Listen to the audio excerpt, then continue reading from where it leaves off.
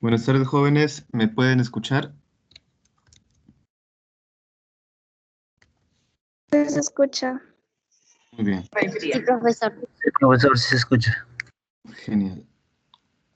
A ver, la semana pasada nos habíamos quedado revisando un documento. Eh, Creo que sí les había enviado también el documento al grupo de WhatsApp. Quiero que me lo confirmen, por favor. Sí, profesor, sí, los documentos sí nos había enviado. Ya, correcto. Muy bien. Muy bien, muy bien. Sí, sí, sí. Cierto, cierto. Bueno, el día de hoy vamos a continuar también donde nos habíamos quedado. Si es que han revisado el documento, verán que hay bastante información. Em, no lo vamos a revisar todo porque es demasiado extenso, pero sí me gustaría que lo tengan ahí como un respaldo más adelante.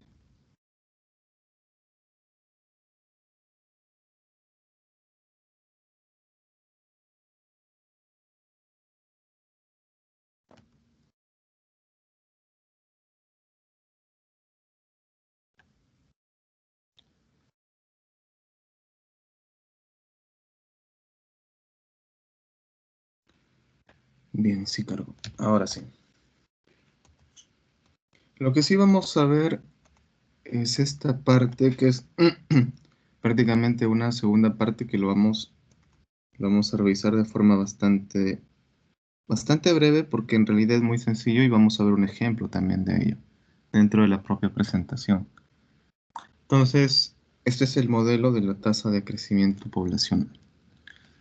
Como ya es estilo, vamos a ir pidiendo a cada uno de ustedes que pueda ir participando. A ver, empezamos con Dalia. ¿Puedes leer, por favor, Dalia? Sí, profesor, buenas tardes. Buenas tardes. Modelo de tasa de crecimiento poblacional. En este modelo se emplea la siguiente expresión.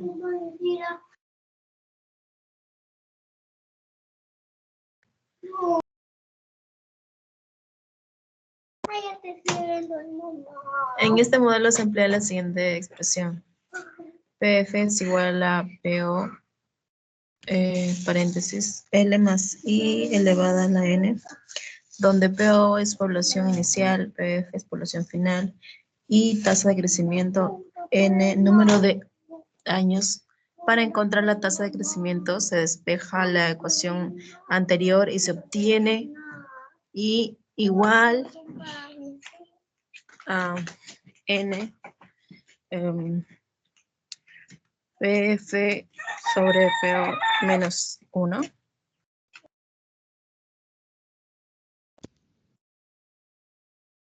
Ok, muchas gracias. Bueno, estas son dos ecuaciones que nos ayudan a determinar poblaciones. Es decir, habíamos visto anteriormente que teníamos modelos lineales, modelos exponenciales, modelos cíclicos, modelos geométricos. Bueno, este, estas ecuaciones que ven acá son algo muy parecido a lo que es el modelo exponencial.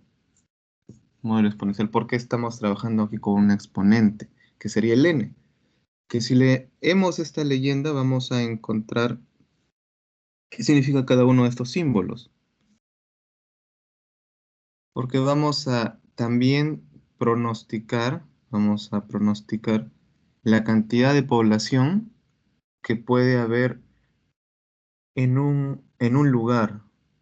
Nuevamente, es pronosticar, no quiere decir que vamos a predecir, sino vamos a pronosticar. Vamos a intentar dar un valor posible que podría suceder en el futuro. ¿Y en qué nos vamos a basar? En datos reales, en antecedentes. Eso es lo que nos va a ayudar. Entonces, por un lado vemos, para definir esta población final que sería como este sería prácticamente el pronóstico. Y luego tenemos también ahí una ecuación que nos indica ¿cuánto sería esa tasa de crecimiento? Porque es un valor necesario para la ecuación.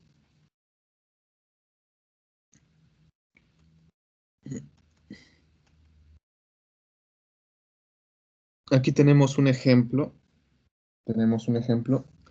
En este caso, tenemos la data del año 2001 al 2006 de cierta población y tenemos las poblaciones. En este caso, la población será Y sub T.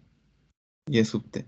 ¿Se dan cuenta también que hay una columna con Y sub T prima?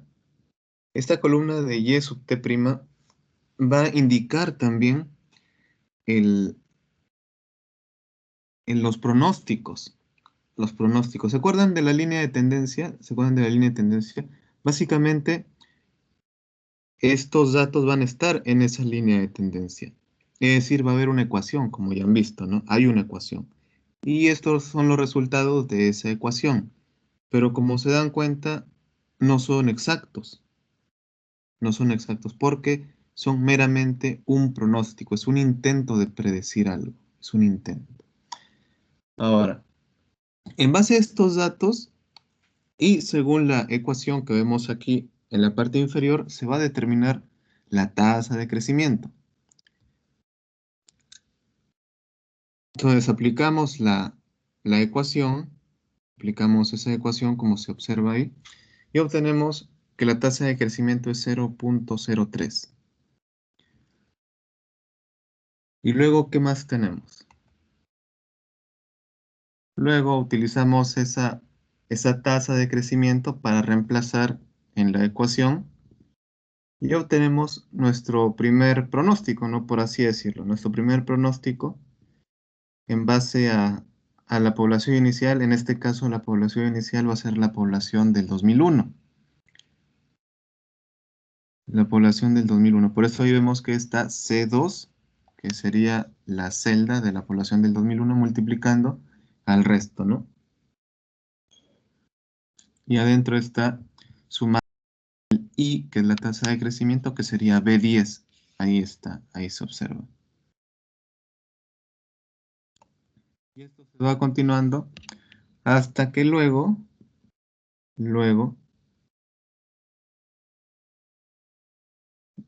vamos vamos a determinar la tasa, bueno, vamos a determinar la población pronosticada para 2007 y también para 2008. Solo que en este caso va a cambiar, ya no vamos a tener como población inicial a C2, sino vamos a tener como población inicial a C7, que sería el último dato real que tenemos de las poblaciones, que sería la población del 2006. Nuevamente se va a sumar 1 más B10, que es la tasa de crecimiento que no va a variar. Por eso también es que en Excel se utilizan estos signos de dólar para poder fijar también las celdas, porque al momento de correr las celdas o al momento de mover las celdas, puede cambiar estos valores. Entonces, como queremos que no cambien el valor, que se mantenga ahí, entonces se coloca esto como un anclaje. Todo ello se va a elevar a B2, y B2, ¿qué es? Es el 1. Es 1 en este caso. Y vamos a poder determinar aquí pronóstico de estos 2 años. Ahora también, como parte de lo que ya habíamos visto anteriormente, está los errores que más adelante también se observan en el propio material. Lo vamos a pasar bastante rápido eso para poder aprovechar un poco más el tiempo. Lo cual también, como ya habíamos visto, sería la diferencia entre lo que es pronosticado, lo que es real, y hallaremos también el, la desviación absoluta media, ¿no? Que sería el promedio de los errores absolutos. Hasta aquí, jóvenes, ¿alguna pregunta?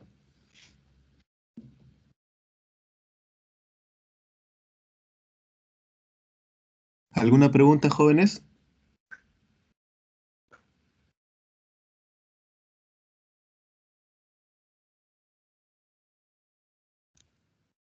A ver, mi micro está activo. Jóvenes, ¿alguna pregunta? ¿O de repente no se escucha? ¿Vimos?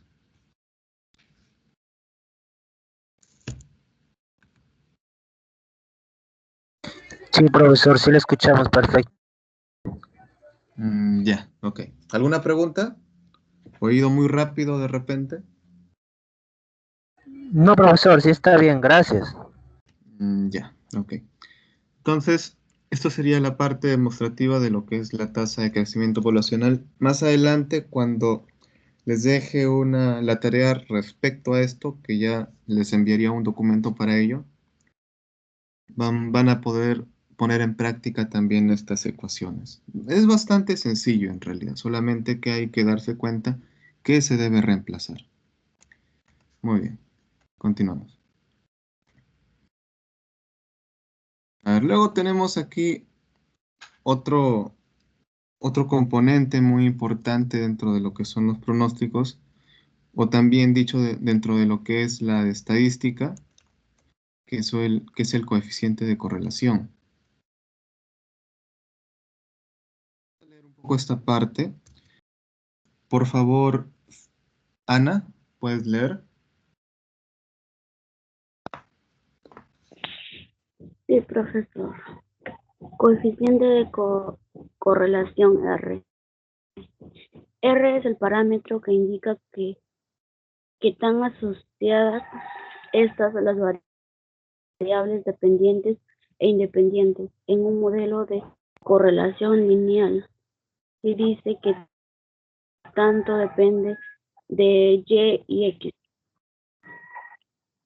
R es igual a N X Y menos paréntesis X Y sobre Nx cuadrado menos X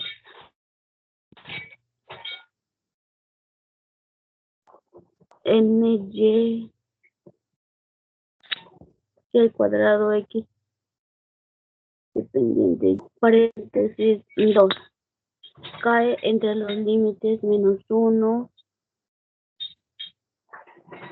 menor igual R menor igual más 1. Dos variables con relación positiva perfecta tienen R igual más 1. Dos variables con relación negativa perfecta tienen R igual menos 1. Un R cercano a 0 indica que las variables son independientes, por lo tanto que el modelo no funciona.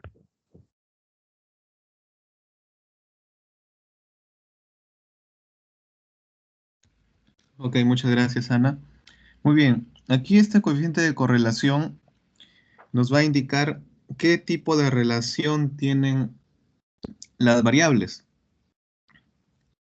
Se había mencionado ahí acerca de relaciones positivas perfectas o acerca de relaciones negativas perfectas, por ejemplo, ¿no? Como límites, por decirlo así. Considerando también el número de elementos. Para explicar esta parte de lo que son las relaciones perfectas o imperfectas, vamos a ver al toque este esquema de aquí,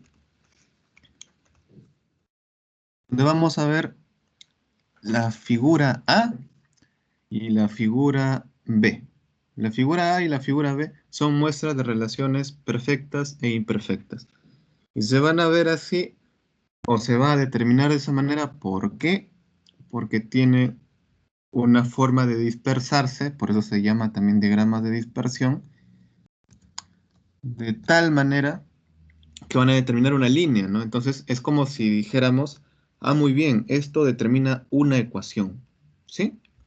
Y las demás, si observan, van a tener otras formas, las cuales van a tener también su coeficiente de correlación, pero no va a ser perfecto.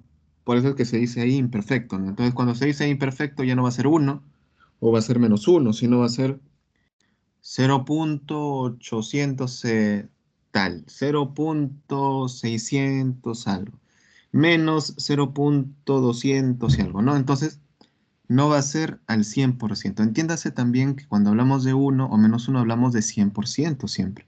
Y cuando hablamos de imperfecto, hablaremos de algo que está por debajo del 100%, que no es perfecto. Ahora, también de lo que mencionaba ahí, que el modelo no funciona. Cuando menciona que el modelo no funciona, también implica que no va a haber en realidad una correlación. Es decir, que entre las variables X y Y, en este caso que son las más sencillas de poder explicar, no va a haber relación. El modelo no funciona, no es el adecuado, entonces se tendría que utilizar otro modelo. Por eso les mencionaba al inicio, ¿no? Al inicio de este tema, que hay diferentes modelos y que no todos se van a ajustar, no todos van a funcionar, sino van a haber modelos que van a ser más exactos que otros, que sí se van a poder utilizar y otros no.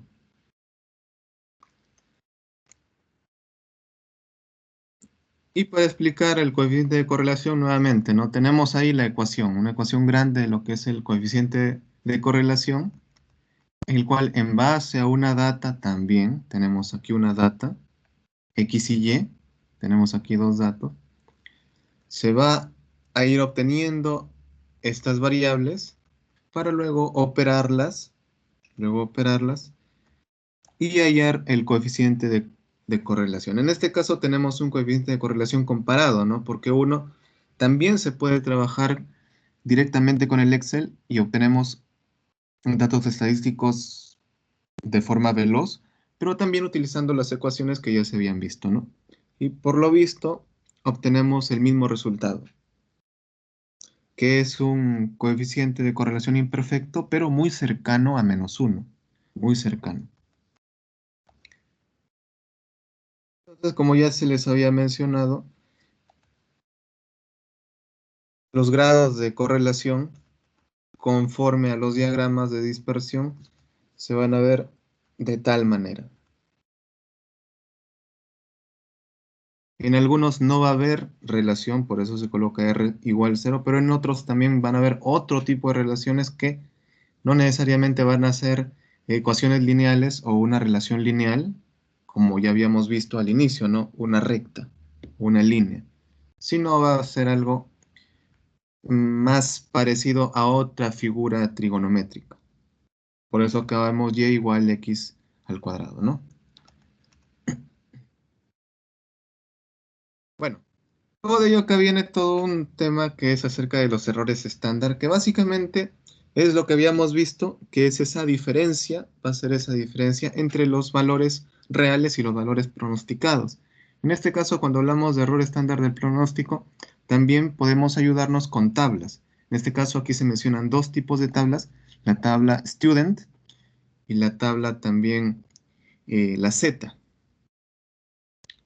la tabla Z, en la cual se puede utilizar para poder ir reemplazando algunos valores, que van a ser valores, por decirlo así, arbitrarios, para poder entender un poco más cuánto es el error exactamente.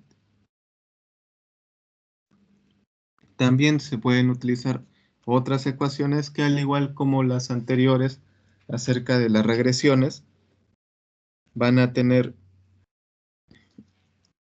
muchos valores un poco tediosas también de aplicar. Esto originalmente se utiliza más para el tema de investigación. Para fines prácticos vamos a ver otras aplicaciones un poco más sencillas.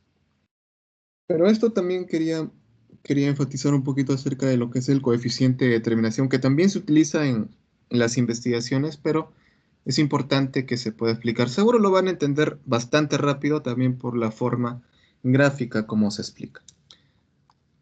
Por favor, Anayeli, puedes continuar.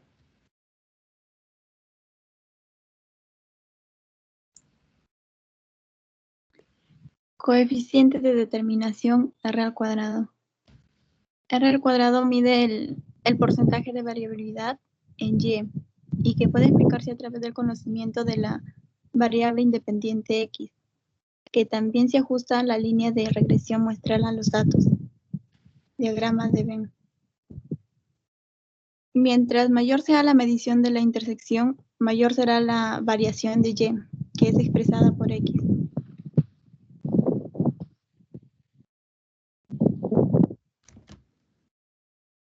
Muy bien. Entonces, gracias, Anayeli. Aquí lo que vamos a ver también es un tipo de relación, pero en este caso va a ser una relación, pero con valores al cuadrado. Por eso vemos ahí R cuadrado.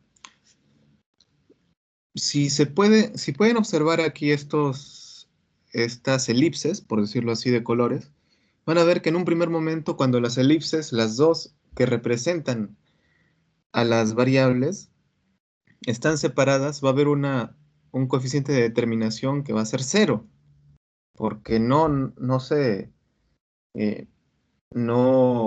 se intersectan, ¿no? No se intersectan. Sin embargo, conforme estas dos elipses van a ir juntándose y juntándose y juntándose y juntándose un poco más, vamos a encontrar que al juntarse total y absolutamente, al intersectarse completamente, va a haber un coeficiente de determinación del 100%. Nuevamente trabajamos con ese término, ¿no? El 100%.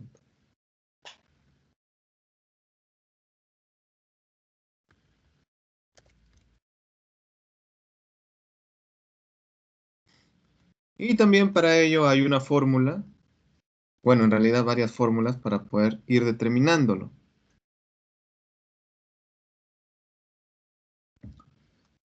Bien, como ya están un poco familiarizados, bueno, nuevamente se trabaja con el A, con el B y recordemos siempre que cuando hablamos del S vamos a hablar de errores o desviaciones. Y también tienen que haber errores y desviaciones.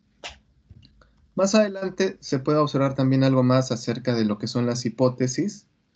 Cuando hablamos de hipótesis 0, hipótesis A, si vamos a negar o vamos a aceptar la hipótesis, eso también se trabaja en base también a los errores.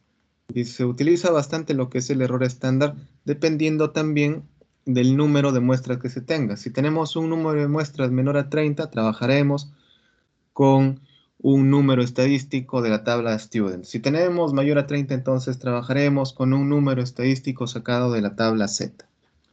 Por ejemplo, ¿no? Para poder hacernos una idea. Pero nuevamente les menciono, esto es relativamente más orientado a lo que es investigación.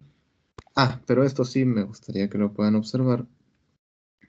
Que cuando hablamos de hipótesis también vamos a observar estas gráficas donde veremos dónde es que se va a encontrar la mayor probabilidad de que se cumpla o no se cumpla la hipótesis. Estos también se pueden conocer como histogramas. Por ejemplo, acá tenemos que la región más amplia sería la región de aceptación, mientras tanto las otras regiones serían donde no se acepta la hipótesis. Esto es más para un tema de investigación.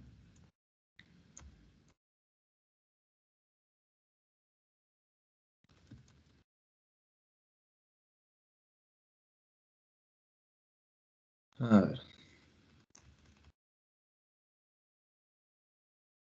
Hay diferentes formas también para ver el tema de la hipótesis. Y vamos a ver ya algo que nos va a interesar un poquito más, que también tiene bases estadísticas bastante fuertes, pero vamos a tratar de rescatar lo más importante. A ver. Sarita, por favor, ¿puedes leer? Sí, profesor. Control de pronóstico. Los pronósticos de la demanda requieren que continuamente se comparen con la demanda real y que se emprenda la acción necesaria para corregir el pronóstico cuando en la demanda haya habido cualquier cambio estadísticamente importante. También se requiere determinar la causa o causas de dichos cambios de la demanda. El momento para hacerlo es inmediatamente después de que se ha producido el cambio.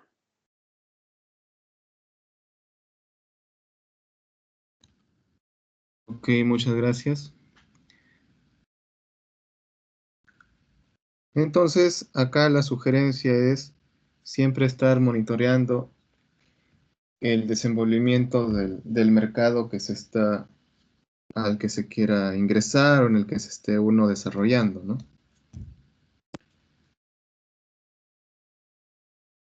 Ahora, luego de ello se va a observar también un poco acerca de lo que son los errores. Entonces, cuando hablamos de lo que son los errores, vamos a entender dos tipos de errores. Dos tipos de errores. Vamos a hablar, bueno, acá ya la diferencia ya nos indica algo, como ya les había mencionado, ¿no? El tema de demanda real, demanda pronosticada.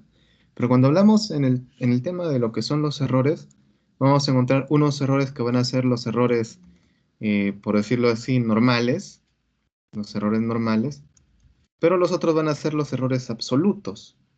Entonces, cuando entendemos que hay errores, por decirlo así, normales, van a tener signo. Sin embargo, como ya habíamos visto anteriormente, los errores absolutos siempre son positivos, por la propiedad del valor absoluto.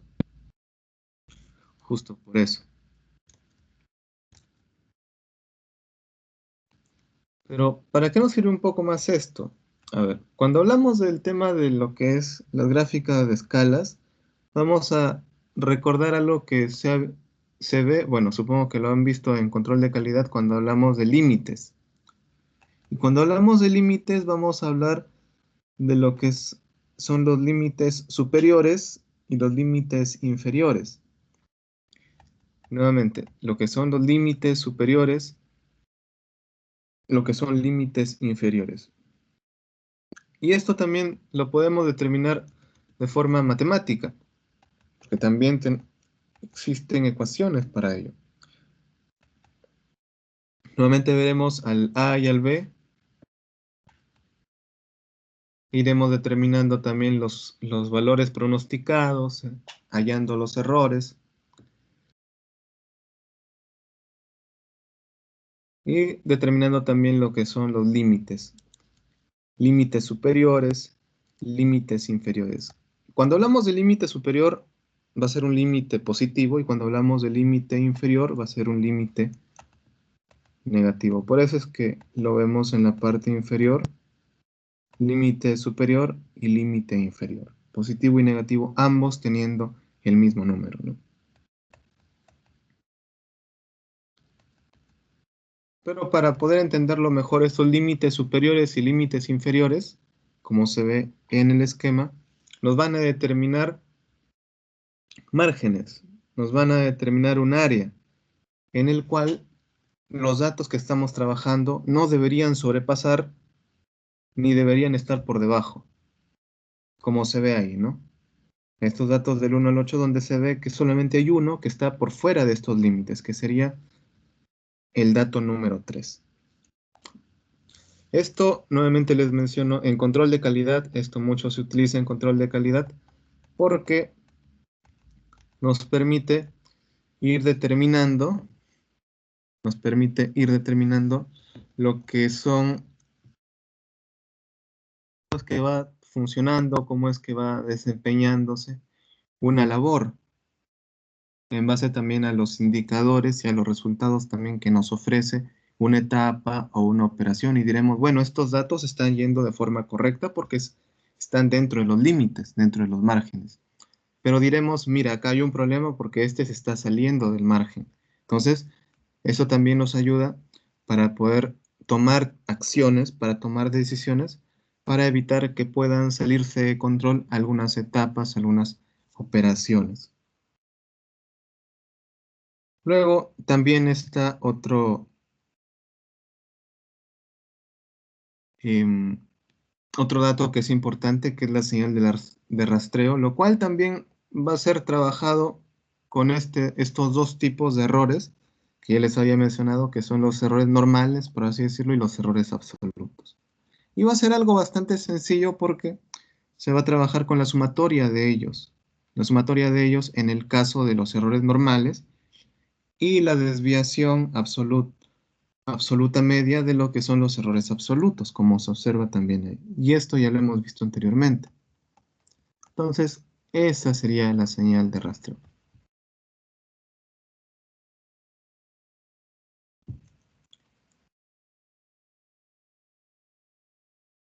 Nuevamente, en los ejemplos, ustedes siempre van a ver que se va a encontrar límite superior, límite inferior.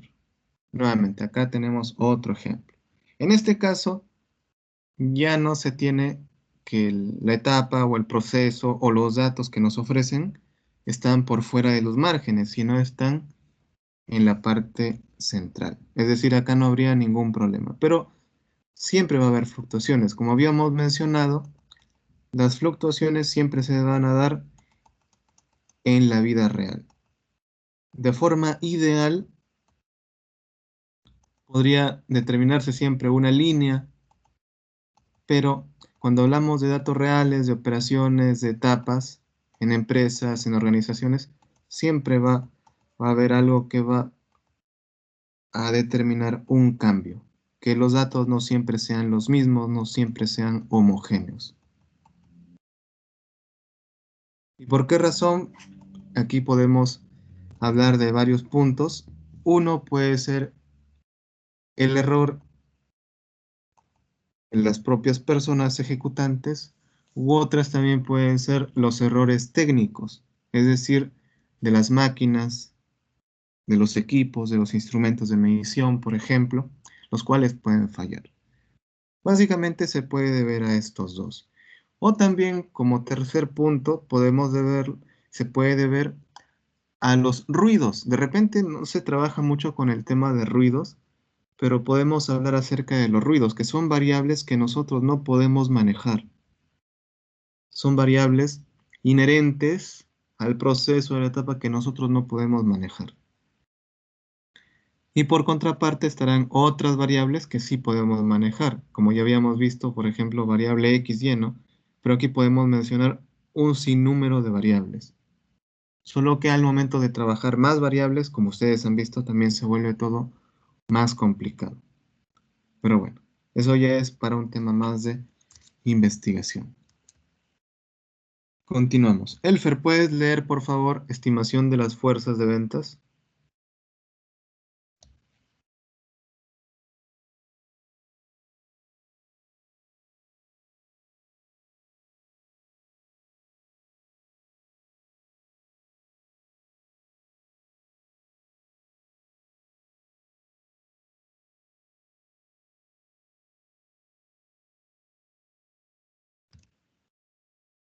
Elfer, ¿escuchas?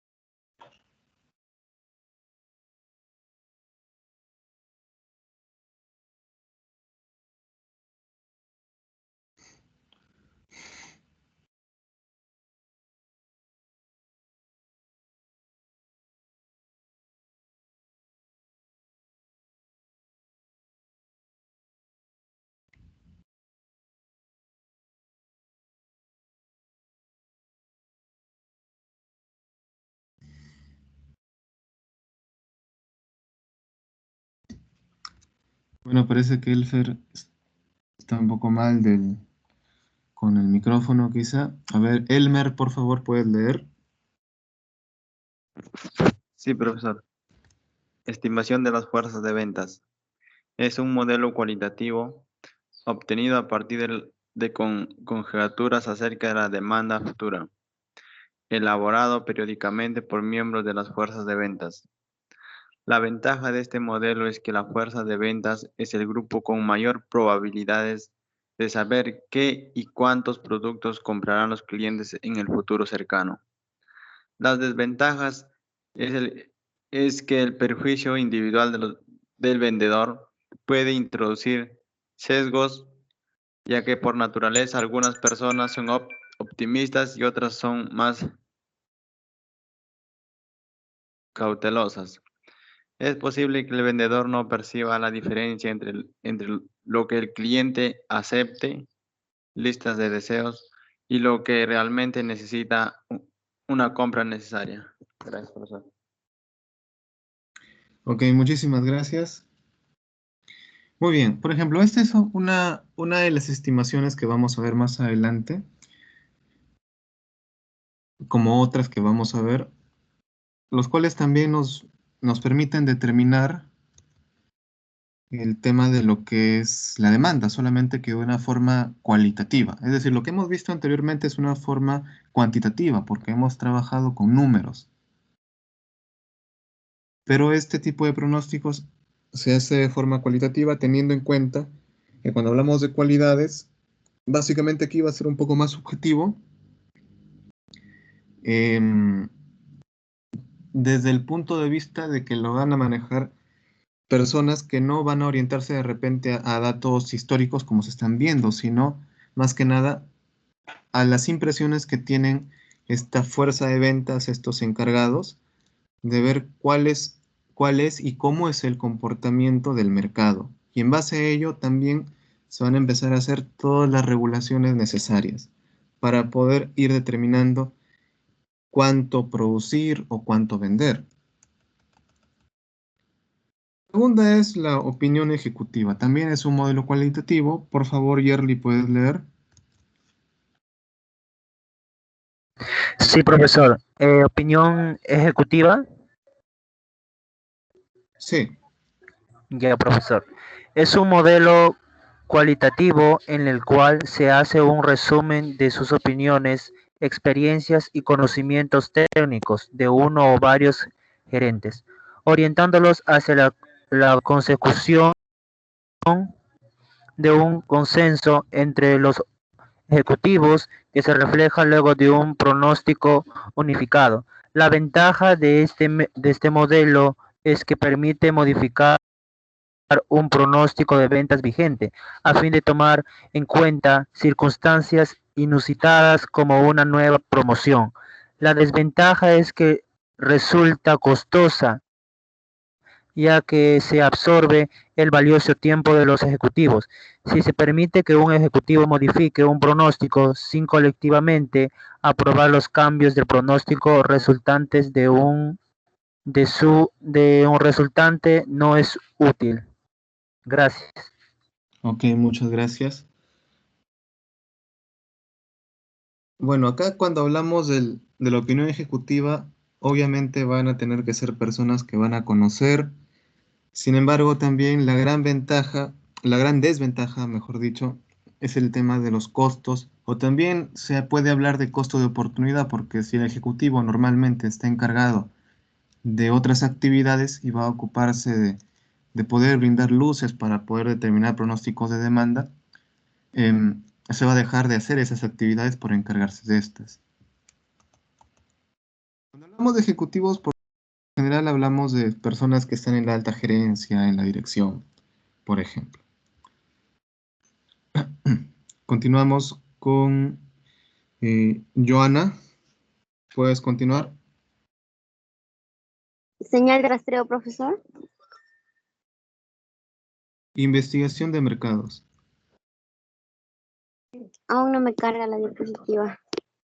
A ver, esperaremos un poco entonces.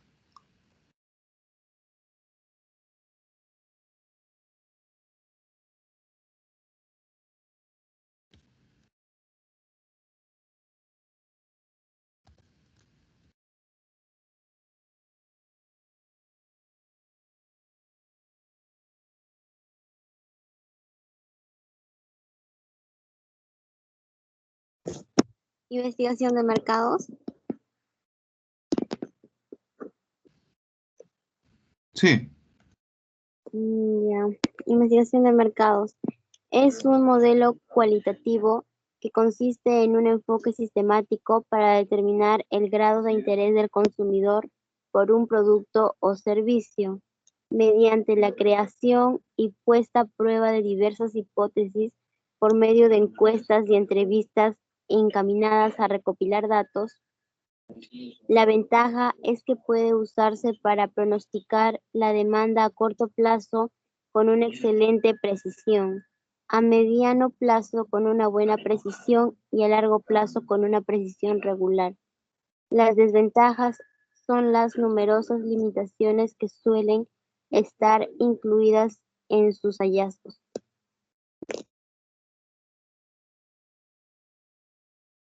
Ok, muchas gracias. Muy bien, acá en este caso, investigación de mercados, eh, pueden ser mucho más precisos porque utilizamos también otro tipo de herramientas, como lo son las encuestas que que mencionan, pero también hay algunas desventajas porque también las propias encuestas, muy aparte de ser bastante buenas herramientas para poder recopilar información, también debemos entender que tienen sus propias limitaciones. ¿Por qué no se puede dejar también las encuestas que tengan em, demasiadas preguntas eh, con respuestas bastante abiertas, por así decirlo? Entonces se necesitan trabajar con encuestas con datos un poco más cerrados o limitados para poder tener un poco más de orden si es que uno deseara utilizar este tipo de modelo. Aunque sin embargo son de las más utilizadas en el medio. Esto mucho se utiliza para el tema de lo que es la introducción de un producto dentro de un mercado o también ver cómo es que el producto es, cómo va, cómo es su periodo de vida, si es aceptado o si va decayendo su demanda, por ejemplo. Es importante. Continuamos con Leti. Puedes leer, por favor, analogía histórica.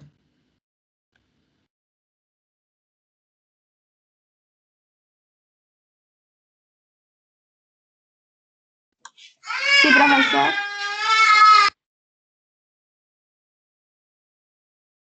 Profesor, ¿me escucha? Sí. Ay, profesor, disculpe. Analogía histórica es un modelo cuantitativo usado para planificar un nuevo producto, en el cual su demanda se vincula con la historia de un producto similar, ya existente o genérico que sirve como modelo. Existen muchas maneras de clasificar estas analogías. Por ejemplo, los productos complementarios, demanda de discos compactos, causa de las demandas de aparatos de CD, los productos sustituibles o competitivos, demanda de aparatos digitales, analiza a partir de la demanda de los aparatos estereofónicos y los productos como función de estos ingresos. Demanda de cerveza en función del incremento de los sueldos de los empleados públicos. Gracias. Ok, gracias. Por ejemplo, aquí cuando hablamos de analogía histórica, también se basan en datos reales, como lo menciona, pero no orientados a los propios productos, sino orientados a otros productos que pueden ser similares o pueden también ser complementarios o se puede entender también o se podría relacionar con algún evento o con algún hecho que se produzca dentro del medio o dentro de la sociedad. Como mencionaba ahí el tema de la demanda de ciertos productos por el incremento de ciertos sueldos. Entonces, por ejemplo, si lo lleváramos al día de hoy, diremos, entonces, la demanda de ciertos productos se han reducido por el tema de la pandemia. Y diremos también que han habido otros tipos de productos que han sido más demandados también por lo mismo. En algunos casos diremos de repente productos de entretenimiento, por ejemplo, como ya habían antes, muy aparte de que ya no hay todavía muchos de ellos, tampoco han sido demandados. Y en el tema, eh, por ejemplo, de alimentos, diremos que se puede haber mantenido o que puede haberse incrementado. Igual si hablamos de repente de otros productos que no son vitales, pero se puede considerar como commodities, como el tema de lo que es los licores o el tema de lo que son los cigarrillos, diremos que la demanda de esos productos muy probablemente haya ido en picada o se haya reducido bastante.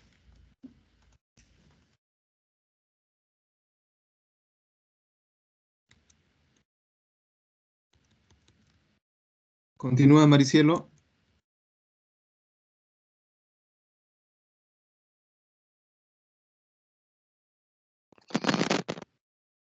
¿Me escucha, profesor?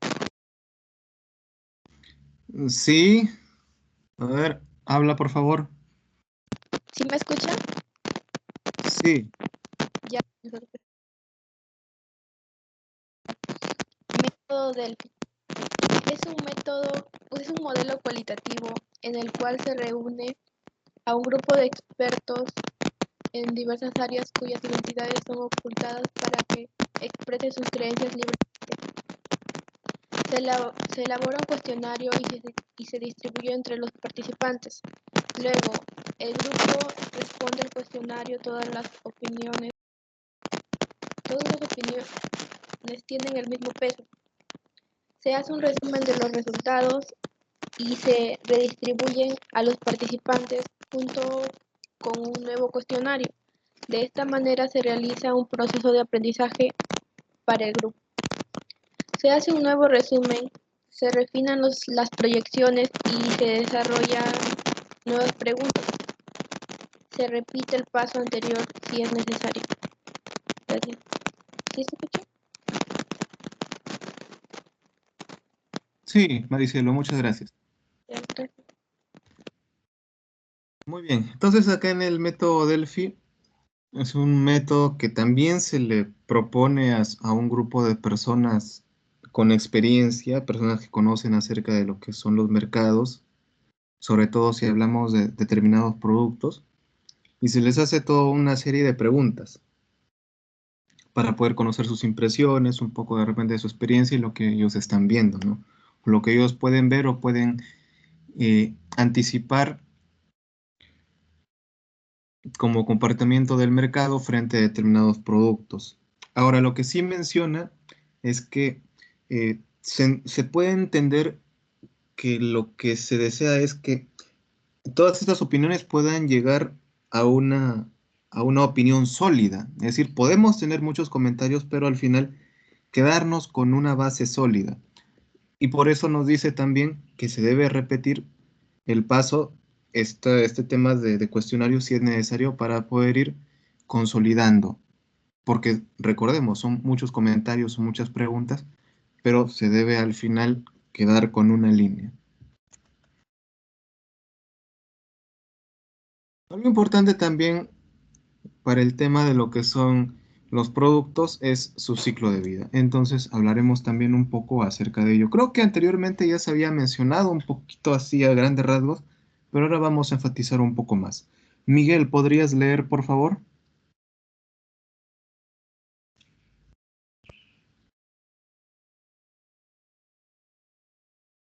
Ok, ¿me escucha? Sí, te escucho. Ok. Pronóstico y ciclo de vida del producto. El ciclo de vida del producto y sus 4 etapas: introducción, crecimiento, desarrollo, madurez y declinación. Permite seleccionar el tipo de pronóstico por 3 razones: los datos con que se cuentan, el horizonte del tiempo previsible para pronosticar y el método a usar. Los datos históricos solo existen cuando el producto está en su desarrollo y es absolutamente en etapa de madurez.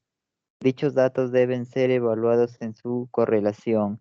Correlaciones buenas son aquellas mayores de 0,60 y menores de menos, menos 0,60 hasta 1 y -1 respectivamente. Dichos datos deben ser evaluados en tendencia central y dispersión, tendencia en tiempo, estacionalidad, ciclo, etc. Gracias, Miguel. Gracias. Muy bien, entonces vamos a ver aquí algunas tablas también que nos van a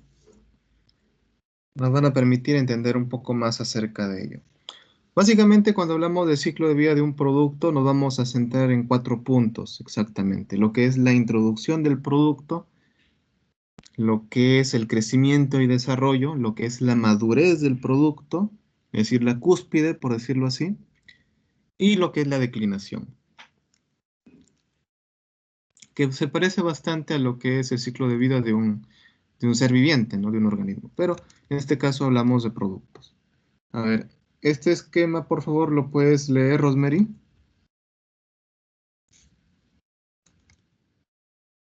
Sí, profesor. Pronóstico y ciclo de vida del producto. Ciclo, vida, producto. Datos de introducción, ninguno. Tiempo largo. Método cualitativo total. Técnicas, juicio, Delphi, analogía histórica, investigación de mercados. En crecimiento y desarrollo, datos, algunos. Tiempo mediano. Método cuantitativo más algo cuantitativo. Técnicas, histórico y simulación. Madurez, datos muchos. Tiempo corto. El método cuantitativo total y técnicas, series, tiempo, regresión y correlación. En declinación, los datos son muchos, tiempo muy corto, el método cuantitativo más algo cualitativo, las técnicas, regresión, econométrico y series de tiempo. Ya, muchas gracias.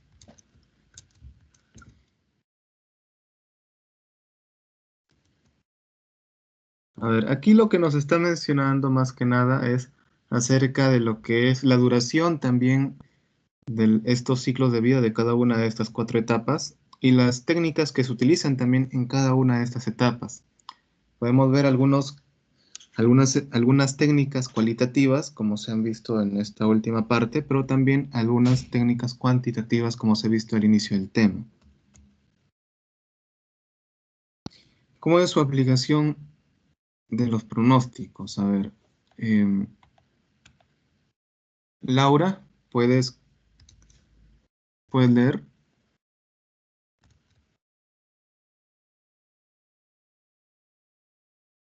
Laura.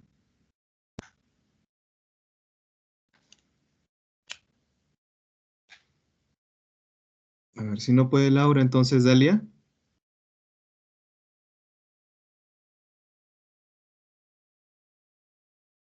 Dalia.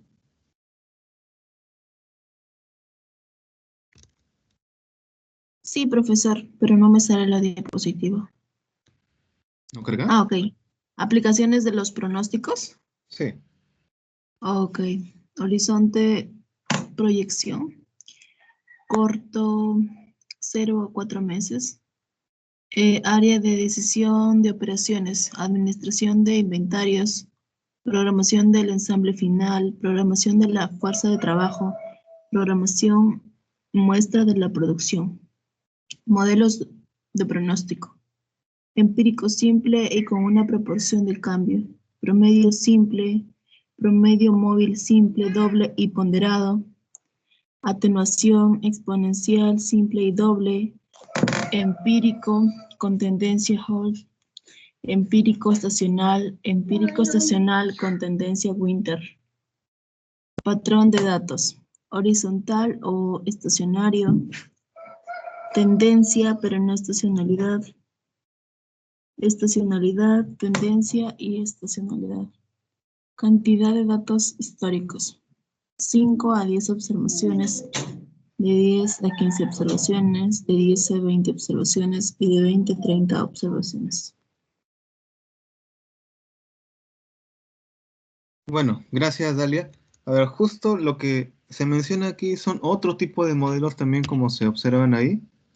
Holt, Winter, que también van a obedecer a una cantidad también de datos históricos. Lo que hemos visto en los ejemplos no han sido datos que excedan los 10. Por esas razones que de repente no es que se ha utilizado los otros tipos de datos. Pero para poder entender esto es para poder entender que no solamente existe esta partecita de lo que son los modelos, sino también que hay mucho más. Hay mucho más modelos, muchas más técnicas que se pueden utilizar.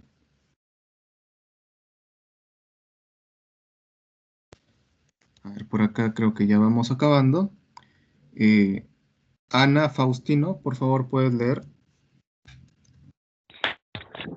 Sí, profesor. Aplicación de los pronósticos. Horizonte de proyección. Mediano de 3 meses a 2 años.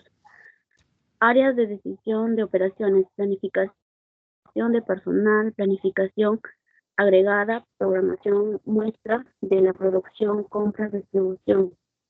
Modelos de pronósticos, series de tiempo, regresión lineal simple, exponencial, cuadrática y geométrica.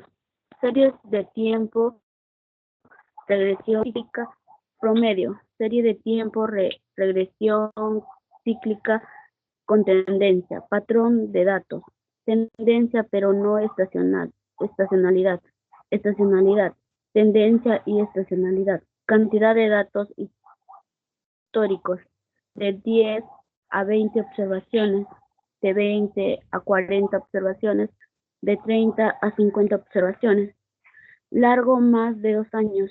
Localización de planta, planificación de la capacidad, diseño de proceso, administración de procesos, modelos de pronóstico casuales, regresión lineal, simple y múltiple, tasas de crecimiento poblacional, platón de datos, tendencia, cantidad de datos históricos, 10 observaciones por variable independiente, corto y mediano plazo, planeación agregada, administración de inventarios, programación de la producción, métodos de pronósticos, simulaciones, Box, Jenkins, patrón de datos aleatorio, cantidad de datos históricos, 40 a 60 observaciones.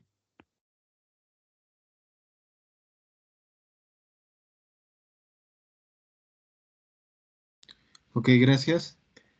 A ver, aquí lo que vemos es en ubicarnos un poco cuando decimos corto, mediano y largo plazo para poder trabajar también.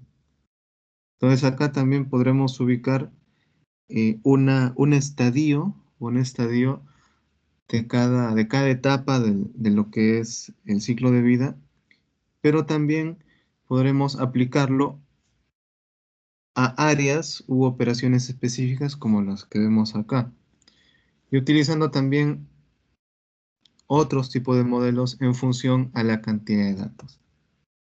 Bueno, muchas gracias jóvenes por prestar atención a este tema. Como ya les había mencionado, su tarea se los voy a enviar por un documento para que lo puedan trabajar con calma. Va a ser una tarea bastante sencilla, así que no se preocupen por eso. Lo que vamos a hacer luego es revisar el siguiente tema. Así que si tienen alguna pregunta, por favor, háganlo de una vez. O si no, ya vamos a proseguir con el próximo tema.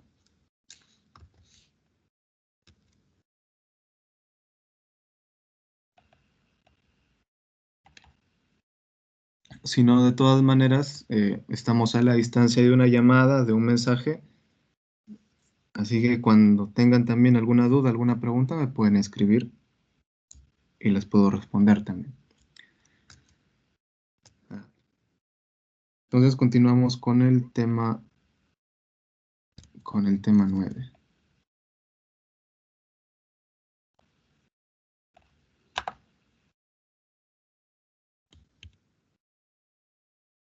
Eso es lo que no me gusta de esto, que empieza a fallar.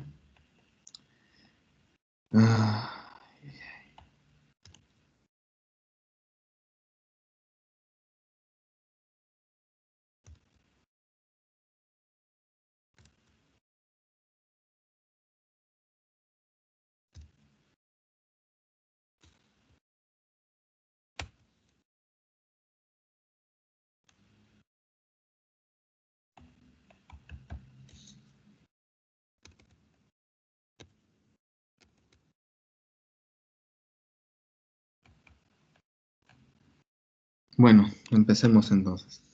A ver, vamos a ir preguntando. Vamos a empezar con esta pregunta inicial. Así que mientras nos responde nuestro amigo John, tú, Anama, por favor, puedes responder esta pregunta. ¿Qué se entiende por balance de línea? Vamos a ir avanzando mientras escribes tu respuesta, porque asumo que tienes un poco de dificultades con el micrófono, a menos que sí puedas hablar, entonces te escuchamos.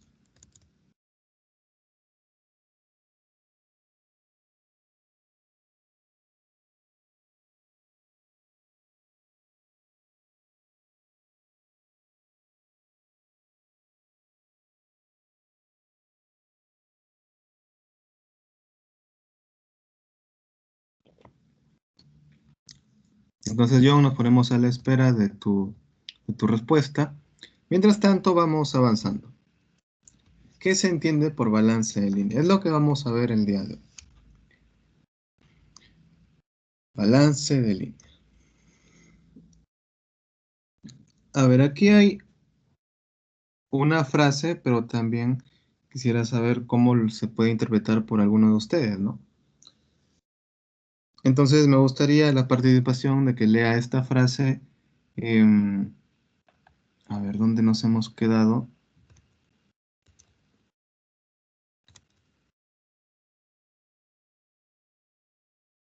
A ver, Anayeli, por favor, lee la frase y Sarita, tu comentario, por favor. Ya, profesor. La satisfacción del hombre... Ay, se movió la diapositiva. Ya. La satisfacción del hombre al final de su existencia es hallar en la columna del balance la cifra positiva de haber sido útil. Virgilio Olano. Gracias. Continúa, Sarita.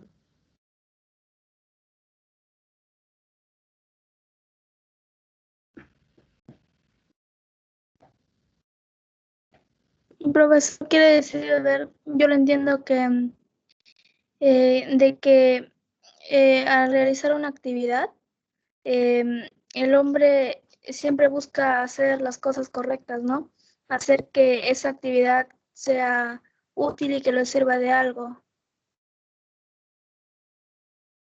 Ok, Sarita, muchas gracias. Muy bien. Es una de las interpretaciones que se puede dar. Sinceramente, qué fastidio con esto, con esta plataforma que está fallando. Pero bueno, ok, muchas gracias, chicas.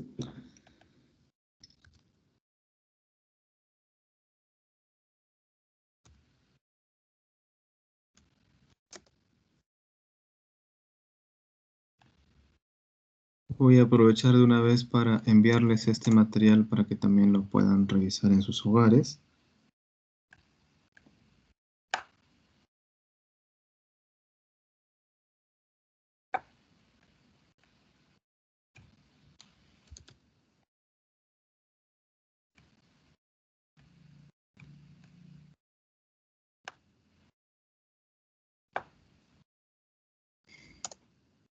Bueno,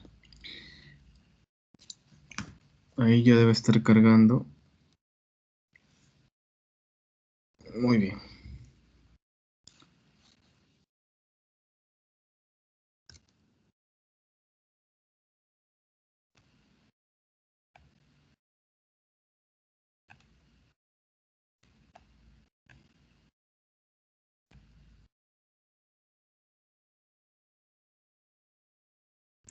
Gracias, John.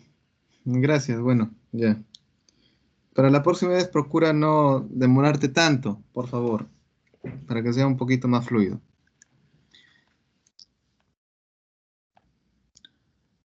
Ahora sí, continuamos.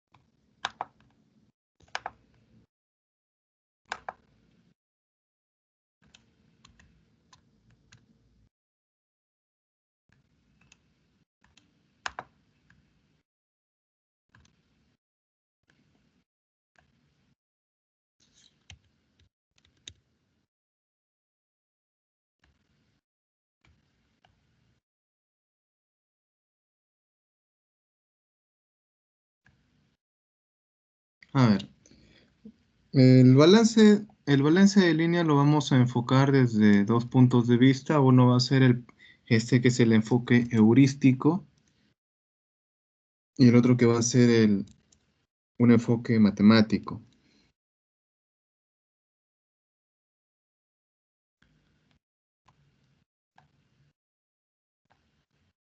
Así que vamos a empezar por este lado. A ver, Elmer, por favor, ¿puedes leer este enfoque?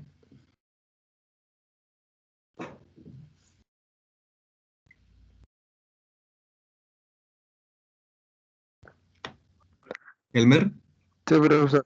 Sí, ¿me escucha? sí. Balance de líneas enfoque heurístico. Es una técnica para agrupar las tareas entre las estaciones de trabajo, de modo de que cada uno tenga, en caso ideal, la misma cantidad de labor. Busca minimizar el desequilibrio entre máquinas y personas al mismo tiempo, que se cumplan con la producción requerida a la línea. Gracias, profesor. Ok.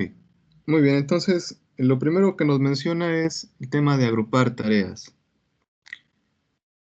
Y también que cada una pueda tener la misma cantidad de labor o la misma cantidad de trabajo para así distribuir mejor todas las actividades. Entonces, bueno, acá tenemos en primer lugar una línea de trabajo. En este caso, este es el ejemplo de McDonald's, donde vemos que las actividades van a estar enumeradas. Las actividades van a estar enumeradas y cada una va a tener un determinado tiempo para ser realizadas. Ahora, este va a ser una secuencia que se va a ir repitiendo y repitiendo y repitiendo, ¿no? Porque no es que solamente se va a preparar una sola hamburguesa o un solo producto, sino que se van a preparar diferentes y muchas cantidades de productos. Esta es una forma como se puede representar esto. Y si ven, nuevamente es una secuencia, ¿no? Es un diagrama, es un flujo, es un flujo. A ver, ¿qué nos menciona esta teoría? A ver, Flavia, por favor. Sí, profesor. Balanceo de línea de ensamble. No es una actividad que se realice una sola vez cuando se diseña una planta o línea de ensamble. Conforme cambia el diseño de los bienes y servicios, las empresas deben volver a balancear la línea de ensamble, lo que se requiere el diseño del puesto y capacitar otra vez a los trabajadores. Así también adquirir equipo nuevo o modificar el antiguo, e incluso puede ser necesaria una configuración de la disposición.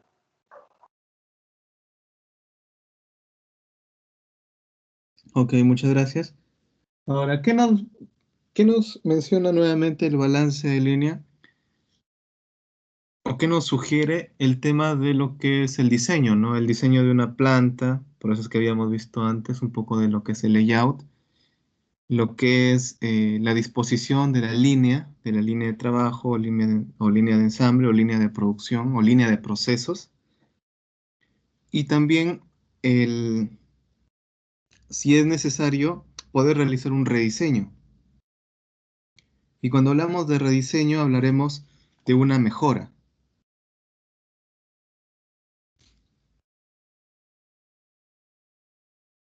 Continúa, Yerli, por favor.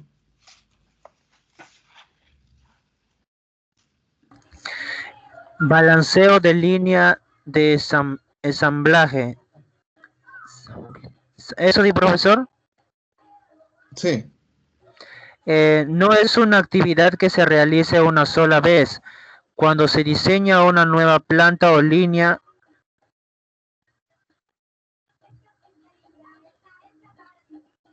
profesor, hasta que se mueve mucho la diapositiva. Seguramente ya habrá cambiado porque estamos leyendo ahorita la diapositiva siguiente. Es balanceo de línea de ensamble. Sí. Ya, profesor, entonces esto es. Ya dice, es necesario conocer 3 tipos de información. El conjunto de las tareas a ejecutar en el tiempo que se requiere para cada una.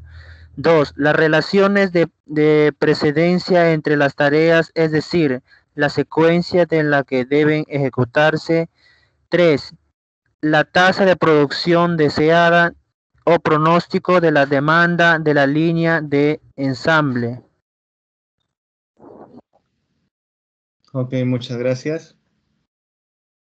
Entonces acá hay una palabrita que ya hemos visto antes que es la precedencia. Pero también en conjunto de esto vamos a tener que conocer otras definiciones importantes. Acá se colocan como conceptos, pero también lo podemos decir como definiciones. Continúa, Joana.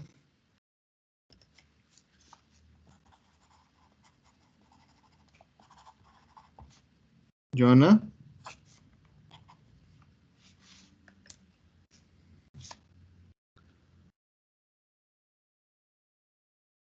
Hola, ¿se escucha?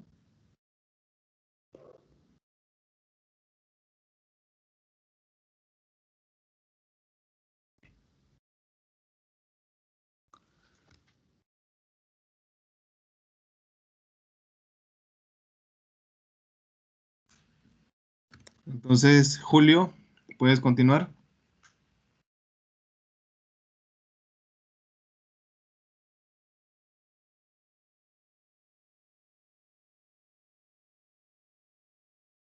Sí, profesor. Conceptos importantes, ¿verdad?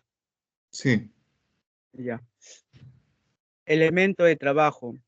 Es la mayor unidad de trabajo que no puede dividirse entre dos o más operarios sin crear una interferencia innecesaria entre los mismos. Operación. Es un conjunto de trabajo asignados a un puesto de trabajo. Puesto o estación de trabajo. Es un área adyacente a la línea de ensamble, donde se ejecuta una cantidad dada de trabajo, una operación. Ok, muchas gracias. Entonces tenemos acá 3 conceptos importantes que hay que conocer.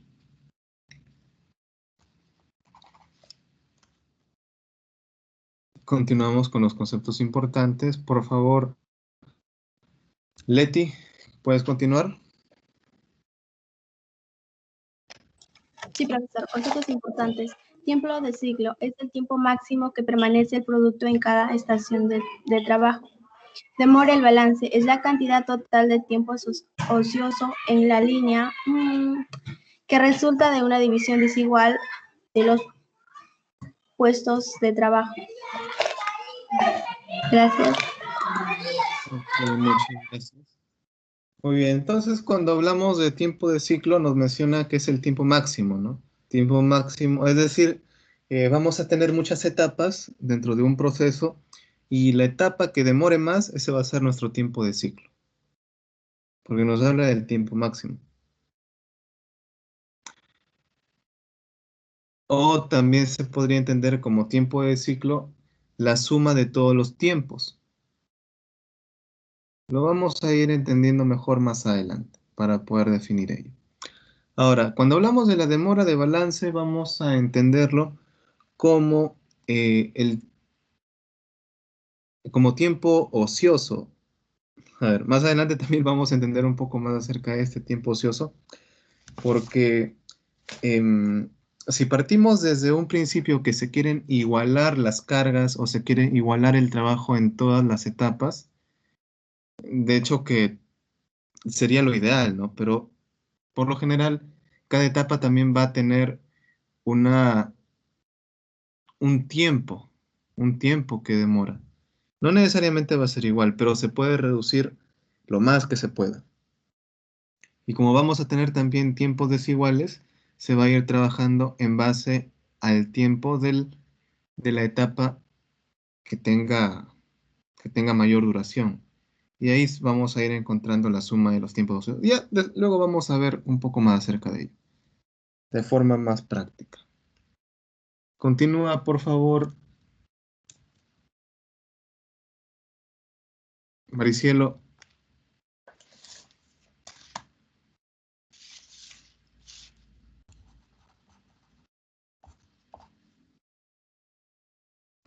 Ya, profesor. Control de la producción continua.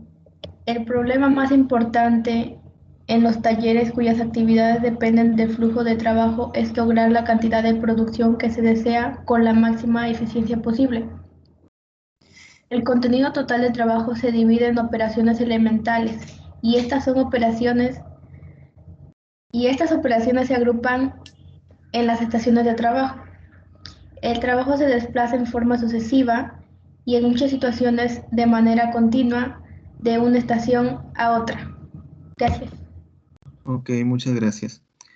Aquí un principio de lo que es el balance en línea es tratar de agrupar tareas para así formar estaciones, es decir, como una etapa macro, como una etapa macro, por decirlo así.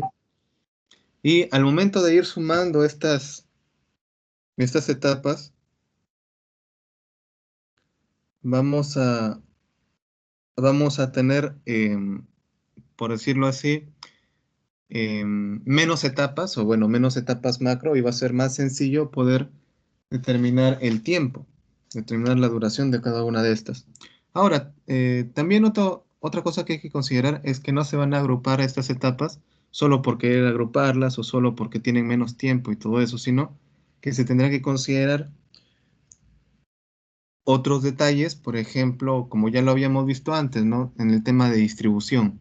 Si tenemos la etapa A y la etapa L, si hablamos de forma abecedario, si unimos estas, entonces va a haber posiblemente un problema porque son etapas demasiado distantes.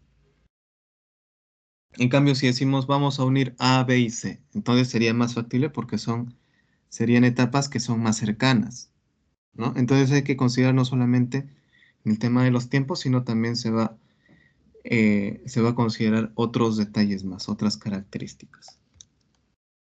Continúa, por favor, Miguel.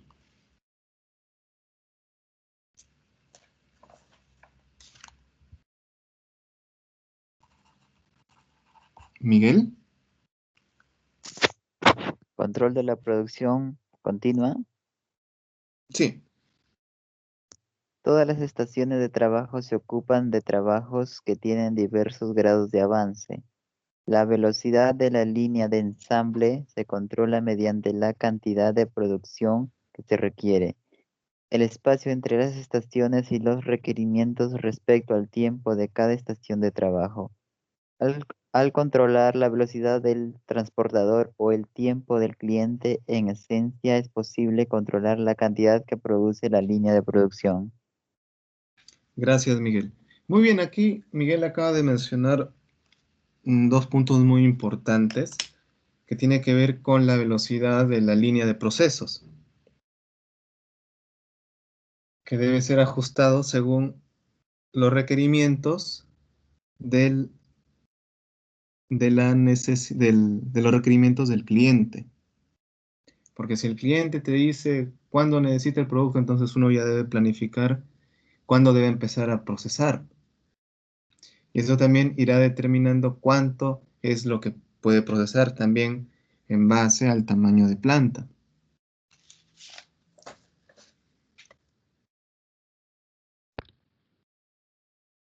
Rosemary, continúa, por favor.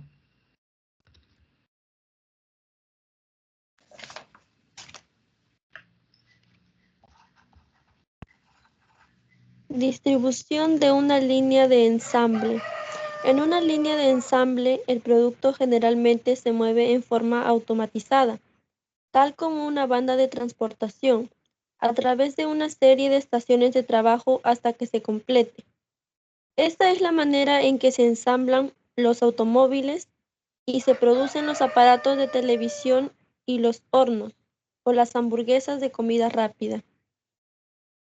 Ok, muchas gracias. Entonces vemos también que esta línea de ensamble se puede utilizar ya sea para industria de alimentos o también para otro tipo de industrias. Muy bien.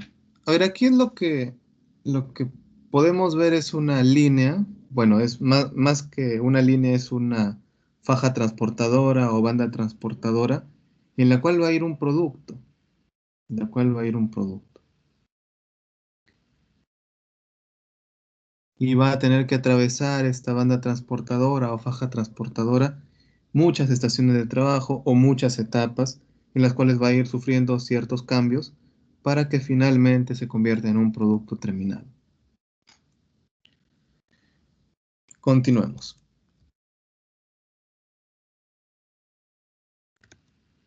Dalia, ¿puedes continuar, por favor?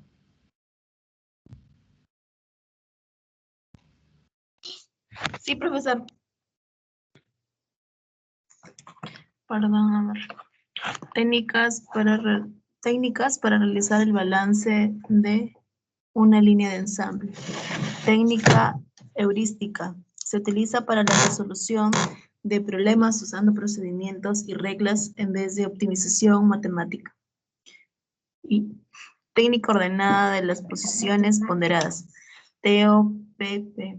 Se utiliza para la resolución de problemas, la optimización matemática. Ya, gracias. Entonces acá también podemos ver los dos tipos de balances. A ver, ahora lo que vamos a continuar es la secuencia, son los pasos según la técnica heurística. Así que, Laura, ¿podrías leer, por favor?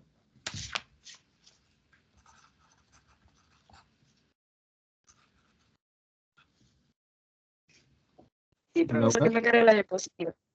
Ya. ¿Me escucha? Sí, sí te escucho. Ah, ok.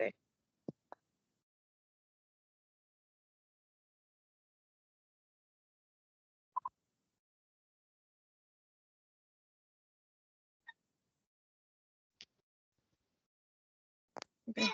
Pasos para balancear una línea de ensamble técnica heurística. 1. Dibujar el diagrama de precedencia. 2. Determinar el tiempo de ciclo de la estación de trabajo. Tiempo de ciclo se representa por TC.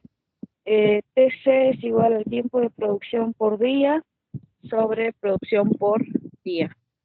Gracias. Ok. Continuamos.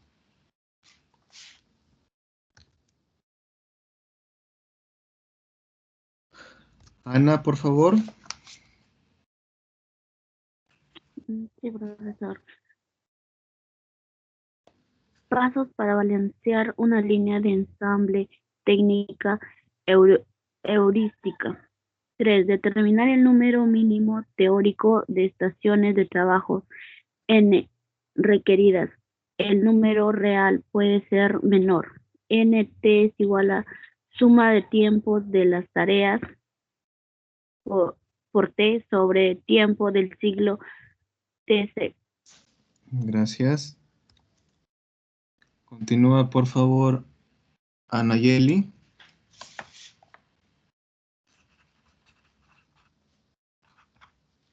Sí, profesor, pero aún no me carga la diapositiva. Ya.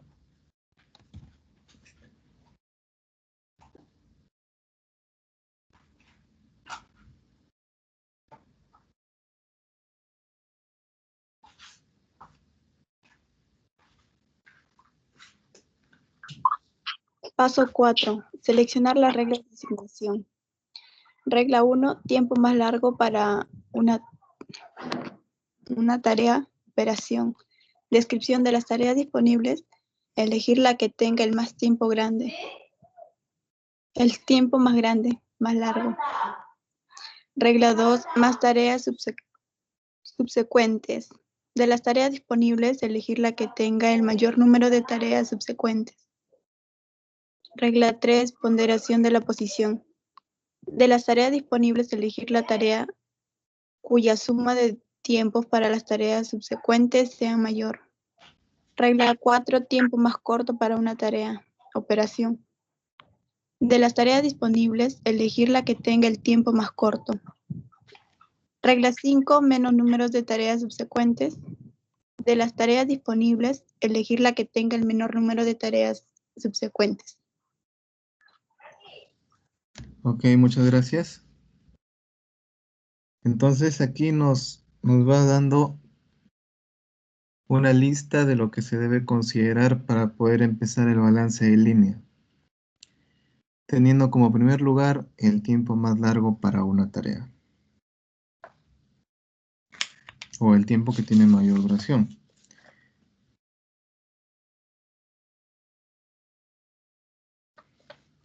Bueno, el quinto paso es hacer la asignación de las tareas para formar las estaciones de trabajo. Ojo, estos solamente son los pasos, pero después vamos a ver también un ejemplo. Continúa, por favor, Anayeli.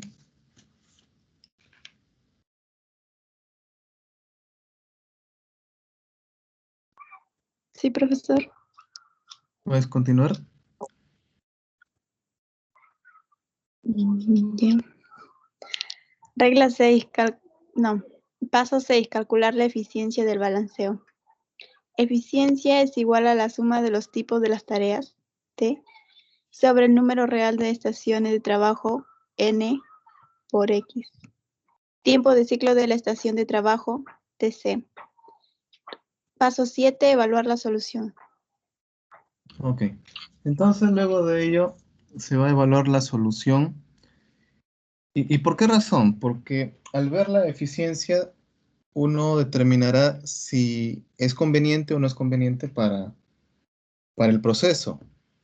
Y por ello es que también se veía anteriormente esa tabla con 5 opciones, porque si este criterio no es el adecuado, entonces se puede elegir el segundo criterio para observar si nos muestra una mayor eficiencia. Al final, cuando hablamos en términos de procesos o en términos de planta, lo que nos va a interesar más es la eficiencia.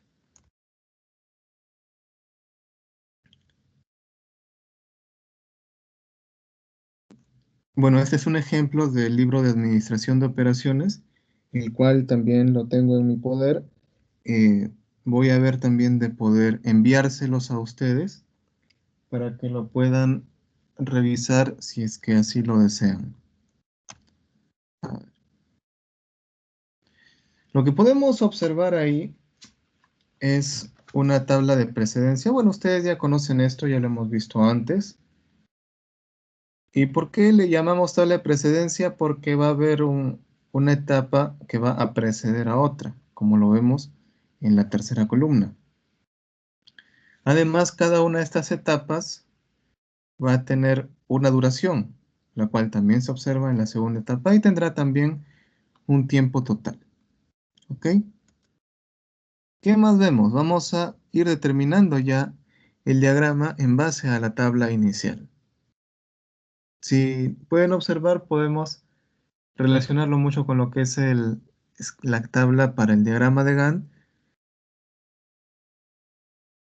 Y lo relacionamos, se puede relacionar también con lo que es la ruta crítica, ¿no? Si podemos recordar un poco esa parte.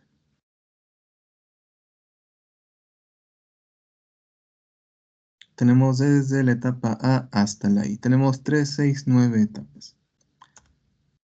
¿Qué más vamos a ver? Determinar el tiempo de ciclo de la estación de trabajo. Nos habla del tiempo de producción por día y la producción por día. El tiempo de producción por día, si lo tenemos en minutos, diremos, bueno, si asumimos que son 8 horas y cada hora tiene 60 minutos, ya pues 60 por 8, 480. Si hablamos de producción por día, bueno, este ya es un dato que nos da el problema, que es 40. 40 unidades por día. Por lo que nuestro TC, y acá recién encontramos TC, será 12 minutos por unidad. Entonces va a ser un promedio para hallar el tiempo que matemáticamente nos demoraría elaborar uno de estos productos.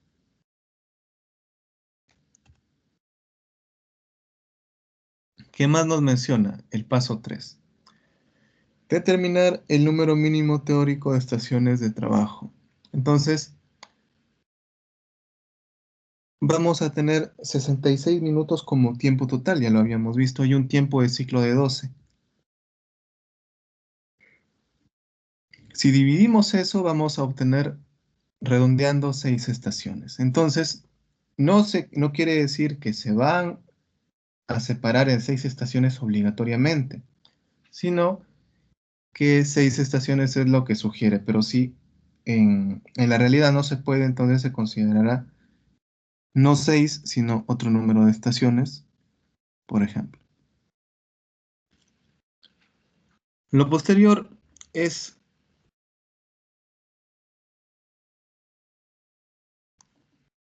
dar prioridad a las tareas que le sigan un mayor número de tareas.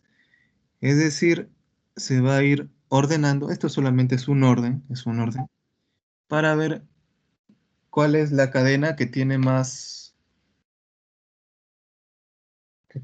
etapas, por decirlo de esa manera. ¿Cuál es la que tiene más etapas? O a cuál de estas etapas le siguen más tareas, o cuál de estas etapas le siguen más etapas. Por ejemplo, al ser la etapa A la inicial, la primera, naturalmente le van a secuenciar muchas más tareas que a la etapa G, por ejemplo, a la cual solamente le sigue una.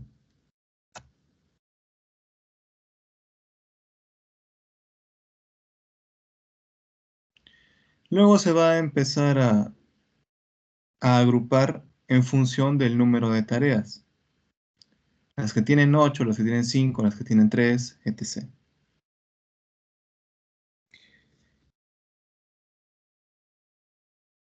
Y la otra regla de asignación será dar prioridad a las tareas que requieran el tiempo más largo.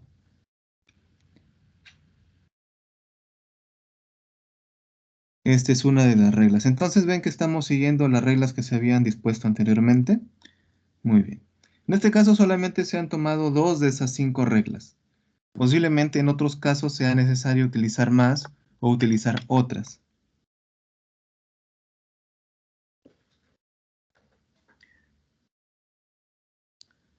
Lo que se ve aquí básicamente es disponer, bueno, ya las tareas agrupadas, vamos a ver ahí que son 6 grupos.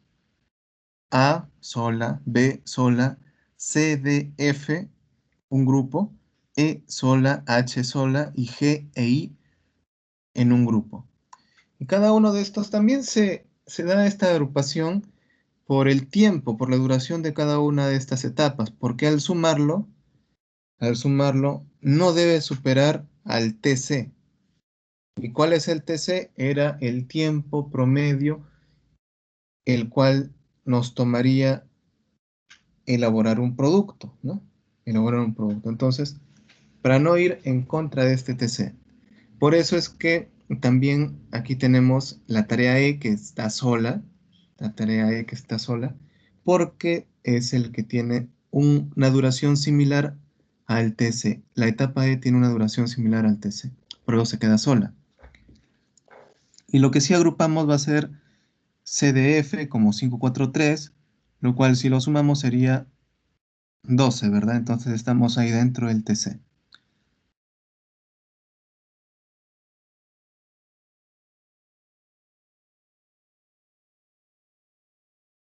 Al final nos menciona ahí un tiempo ocioso. ¿Y de dónde sale ese tiempo ocioso? A ese tiempo ocioso va a salir de la diferencia del TC con estas estaciones. A ver, ¿y cómo hallamos eso? Por ejemplo, para el 1 tenemos 12. 12 menos 10 nos da 2, ¿no? Nos da 2. ¿Qué más? Para el 2, 12 menos 11, que sería el tiempo. 12 menos 11 me da 1, entonces ya tenemos 2 más 1. Para el 3, tenemos 5, 4, 3, que es igual a 12. Y 12 menos 12 es igual a 0. Tenemos 0. Para el 4, 12 menos 12 también igual a 0. Para el 5, 12 menos 11, 1. Entonces ahí le sumamos 1. Y para el 6, 7 más 3, 10. 12 menos 10, 2. Entonces si sumamos esas diferencias, vamos a hallar 6. Por eso se dice 6 minutos sería de tiempo ocioso. Por eso. Porque al momento de restar el TC con estas estaciones, que serían 6, vamos a hallar estos 6 valores, que sumándolos sería mi tiempo ocioso.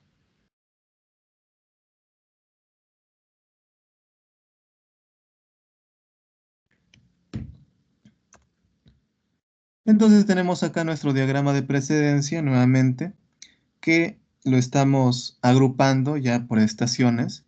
Y si observan bien, podemos decir que las estaciones van a estar bien agrupadas, porque aparte de reunir el requisito del tiempo, también reúne el requisito de poder estar cercanas.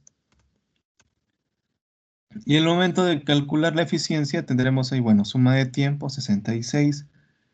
El número de las estaciones por el TC, que es el tiempo de ciclo, será 6 estaciones por 12. Y al momento de realizar esta división encontramos una eficiencia de 91.67%, que es una eficiencia bastante alta en realidad. Luego, ¿qué más nos dice? Evaluar la solución si la eficiencia es insatisfactoria, es decir, si consideramos que puede mejorarse. Volver a balancear utilizando una regla de decisión diferente, una regla u otras reglas. Lo que nos sugiere acá el problema es balancear usando la regla ponderación de la posición de las tareas disponibles, elegir la tarea cuya suma de tiempos para las tareas subsecuentes sea mayor. Y para desempatar la regla, dar prioridad a las tareas que le siga un número mayor de tareas. A ver, nos vamos a quedar aquí en este punto. Si hay alguna pregunta, por favor, háganmelo saber.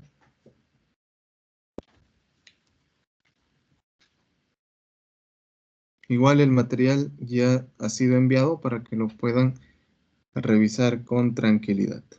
¿Alguna pregunta hasta aquí?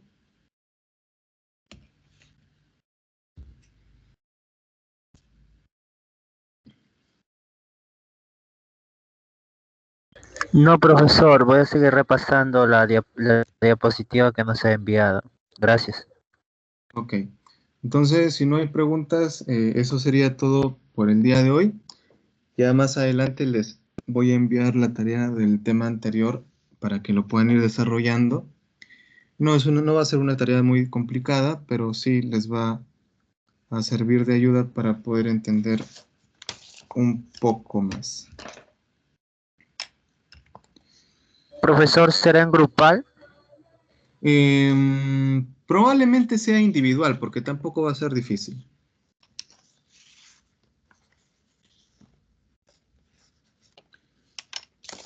Ok. Entonces, jóvenes, muchísimas gracias. Muchísimas gracias. Ya, profesor, muchas gracias. Listo. Ya, profesor, muchas gracias. Cuídense, nos vemos. Cuídense mucho. Un abrazo. Hasta luego. Gracias, profesor. Buen fin de semana. Cuídense.